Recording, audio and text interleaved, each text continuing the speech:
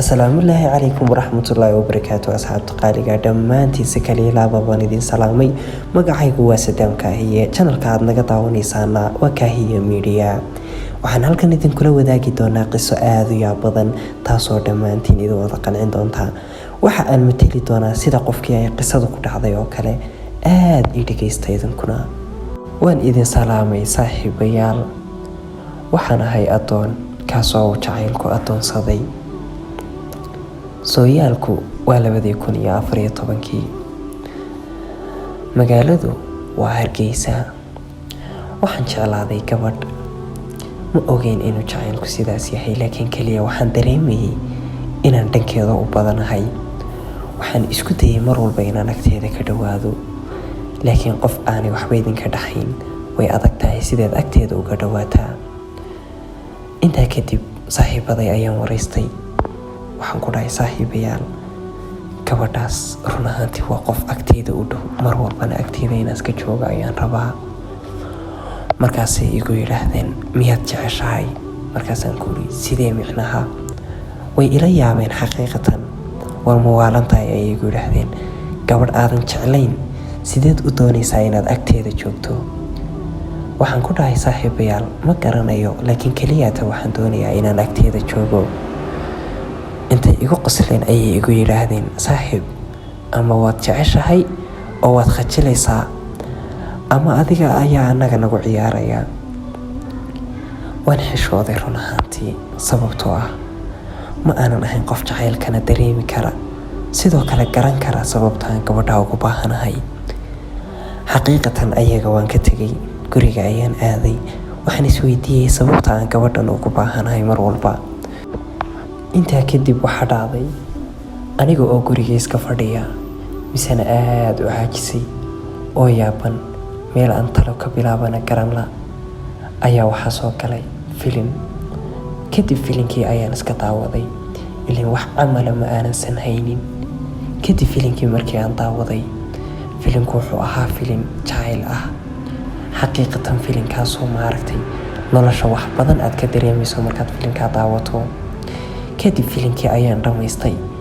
inta filinku socday xataa waan sugi kari la'aa, sababtoo ah waxaan ahay qof jacaylahayo laakiin dareemi la jacaylku waxa uu yahay, iyo qof markaad jeclaato waxa la dareemo.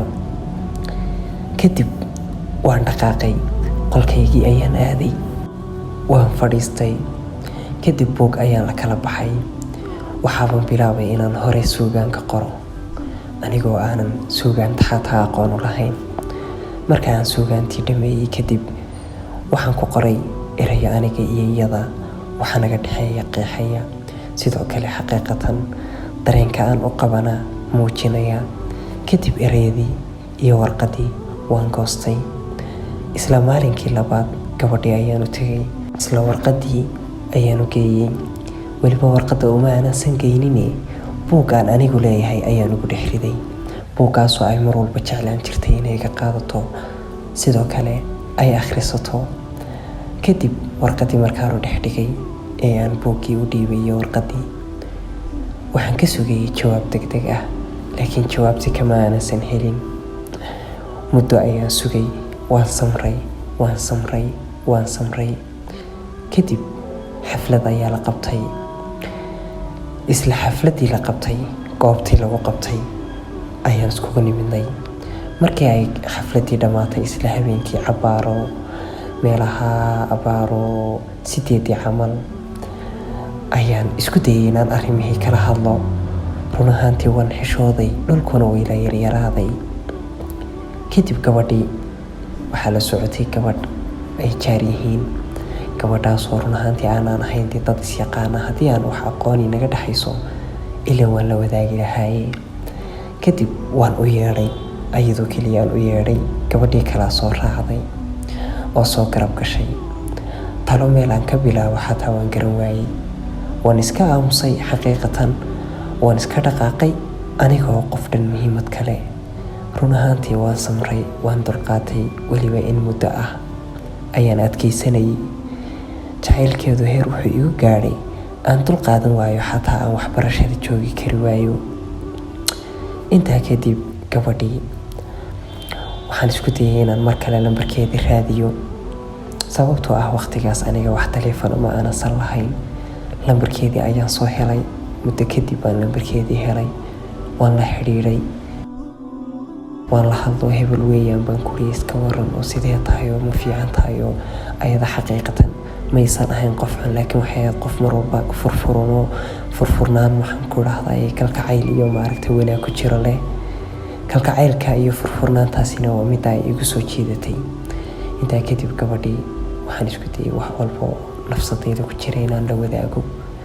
Intii aanan farxadayda iyo waxyaabihii maaragtay nafsadayda ay u qabtay aanan la wadaagina, waxaan ogaadayba inay wiil xiriir la leedahay kaasoo nolosheeda ku jira. Run ahaantii waan aamusay, waan amakaagay, waan xishooday, waan naxay. Maba qiyaasi karo waxaan maalinkaas dareemay. Waxaan noqday sida maqaano jooga oo kale. Kaliyaata ayada ayaan ka fikirayay, ayada ayaa isoo hormarisay. Sida nin filin daawanayo oo kale ayaan darbiyada daawanayay. Xaqiiqatan ayada halkaas ayaan ku waayay.